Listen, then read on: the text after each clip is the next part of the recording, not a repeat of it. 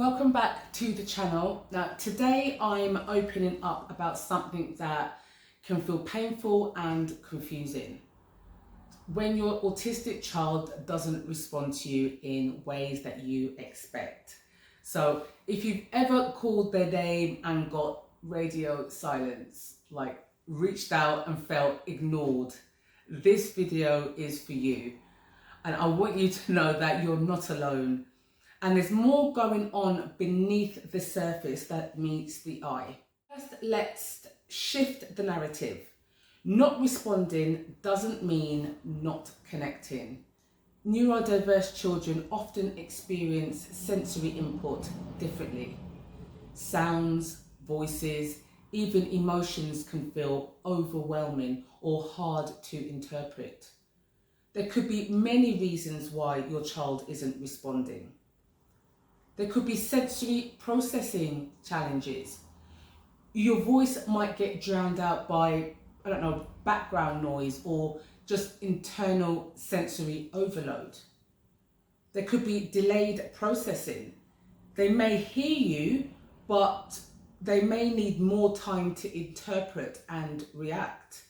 So I know with my son, I have to stand still and I go down to his level and give him eye contact. And there's some occasions, and the older children just sort of laugh at me, I will just repeat the word over and over and over again. So for example, I will collect him from nursery school, we come in, so we follow the same routine. I don't do anything after nursery, we come straight home.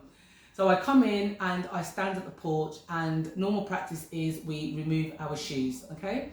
So I'll stand there and I'll start to remove my shoes, and then my son will just run inside the kitchen, and then I'll stand there and I'll say shoes, shoes, shoes, and I'll just keep saying it until he's processing it. And it's really fascinating, because if you just look at them, you can more like see their brain ticking over, just trying to understand what's being said, who's saying it, and then what I should do. Now, I may stand in the porch and say shoes, it could be 10 or 15 times, but then he'll come back to me and then he'll lift up his foot for me to take his shoes off, and on some occasions I'll say, okay, cupboard, cupboard. And he knows to take his shoes and put it in the shoe cupboard, okay? It's just giving them time to process what has been said. There could be communication differences, okay? So some autistic children connect through movement, play, or routine instead of verbal responses. It's not personal. Even though I know it can feel deeply personal, it's neurological, okay? It's not emotional distance at all. Now, when your child doesn't respond, it can trigger so many feelings. Feelings of hurt, confusion, rejection, even grief. You might start questioning your parenting or feeling invisible in your own home. And that ache is real. And you have every right to feel that way. There are times when I wondered, do they know that I'm here for them? Do they feel my love?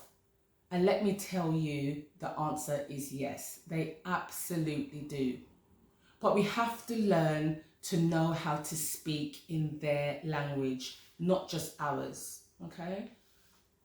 So let's start by observing. What do they respond to naturally?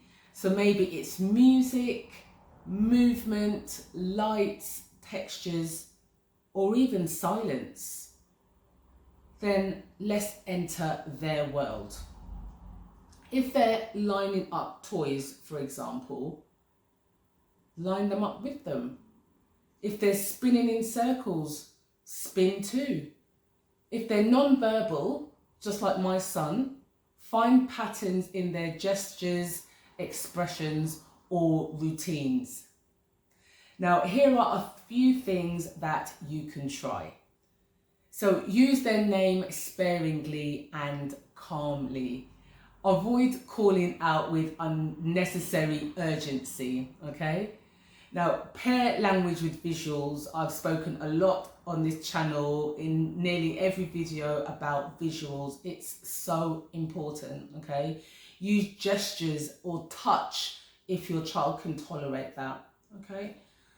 And give more processing time. Count silently after speaking just to give them some space.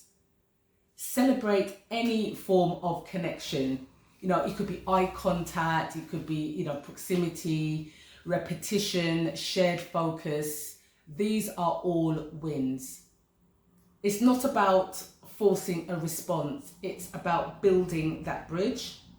So let's let go of the expected. Let's redefine what response actually means. It doesn't have to be immediate words or gestures, okay?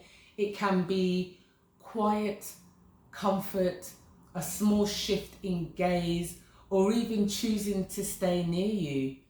Sometimes my son will give just a small smile. He's got the most beautiful smile, but then he may not move, but even that, I know he's heard me.